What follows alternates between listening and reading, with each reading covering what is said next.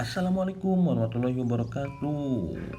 Hayu urang ngregepkeun sami-sami.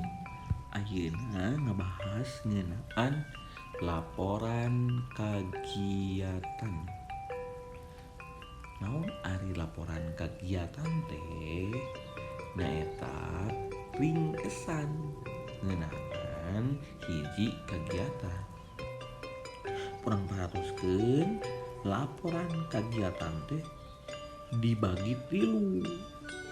Naon wae kahiji ieu laporan kegiatan. Nah, ieu contoh gambarna laporan kegiatan. Hartosna eusina teh mengenai kegiatan anu dilaksanakeun. Contohna laporan kegiatan piknik. Nah, anu kadua nyaeta laporan keuangan.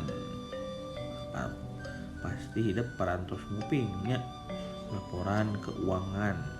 Nah, itu biasa nama ku bendahara, ada bendahara sekolah atau panata harta bahasa Sunda. Berarti eusina ngeunaan keluar asupna duit pada pausahaan atau kegiatan naon. Nah, disusun.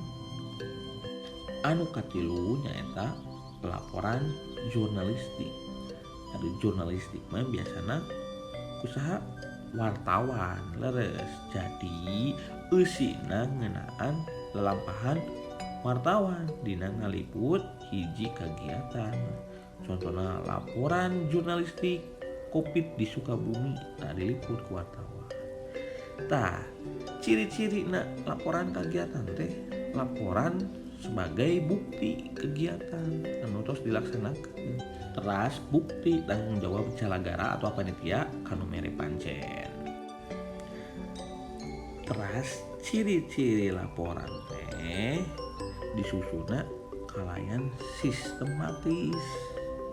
Teras kudu logis jeung bahasana kudu merenah, kudu sae bahasana. Eusina oge sakurang-kurangna kudu mere gambaran.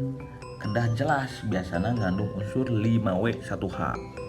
What, why, who, where, teras when, teras how. Mun disundakeun naon, kunaon, saha, di mana, iraha sareng kumaha. Tak kedah aya eta. Sangkan laporan kegiatanna jelas. Alhamdulillah mugi aya manfaatna. Hatur nuhun.